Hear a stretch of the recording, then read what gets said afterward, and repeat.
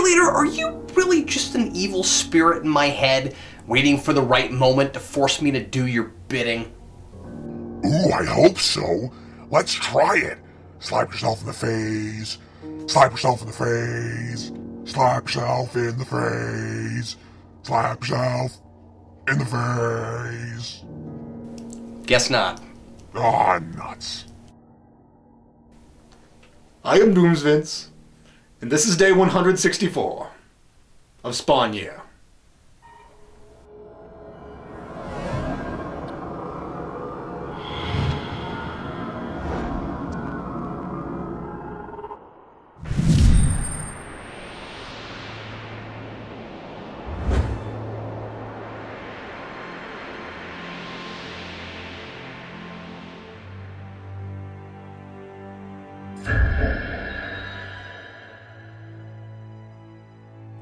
With this issue, Brian Holguin finally gets a story credit, along with the co-plotting credit with McFarlane, and it definitely shows. This issue, even more than the last two, reads like a real, well-thought-out, confident story, with all that traditional narrative stuff, you know, like characters who want something and a clear conflict with clear stakes that stand in their way of getting what it is that they want.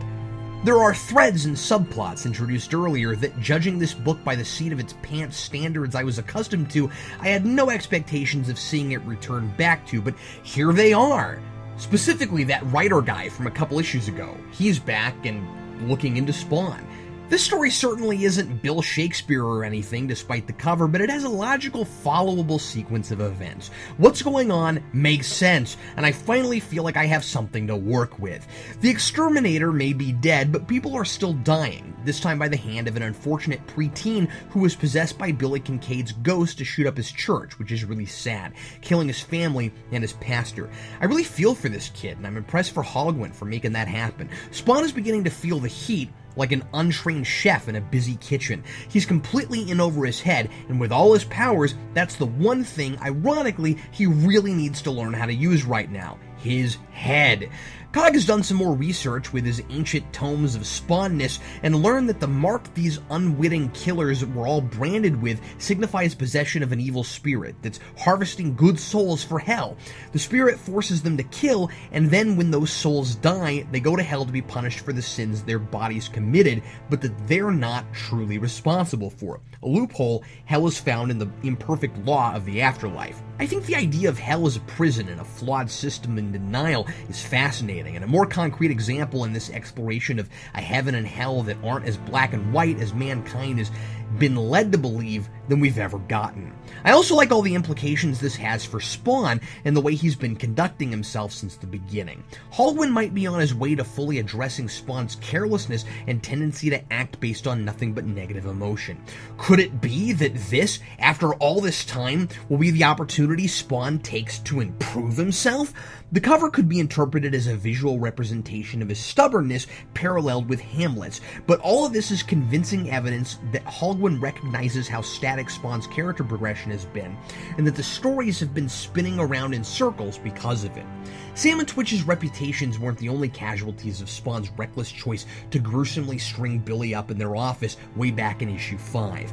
Every soul Billy has harvested since then is at least indirectly Spawn's fault, because he unknowingly gave Billy's soul to hell. Now, given that hell seems to set up lots of people to die when and how it wants them to, obviously Al Simmons chief among them, it's reasonable to suspect Malebolgia was hoping this would happen. In the TV show, Clown tries to manipulate Spawn into doing precisely that, killing Billy Kincaid.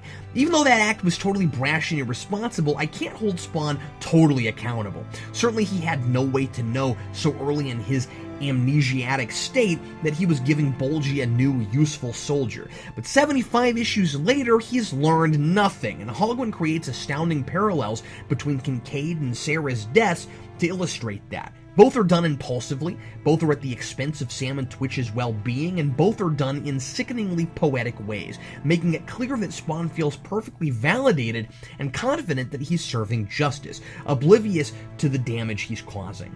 Our, air quotes, hero is still totally blind, still refusing to use his gray matter, but for once, the book knows it and is doing something with it. Spawn is consistent in his idiotic and dangerous decisions now, and that's at least a step in the right direction. Meanwhile, Sam and Twitch know after reading Billy's note that their fame and hero worship won't last, because Sarah wasn't the one responsible for the killings, and they continue on. So my complaint last entry is void. It now makes perfect sense that they're out of work and down on their luck at the beginning of Bendis' series. Haldwin even sets up the dominoes for Twitch's divorce here. Solid continuity in the main Spawn title? Man, I think I might fall into another coma here. Signed, Captain Logan.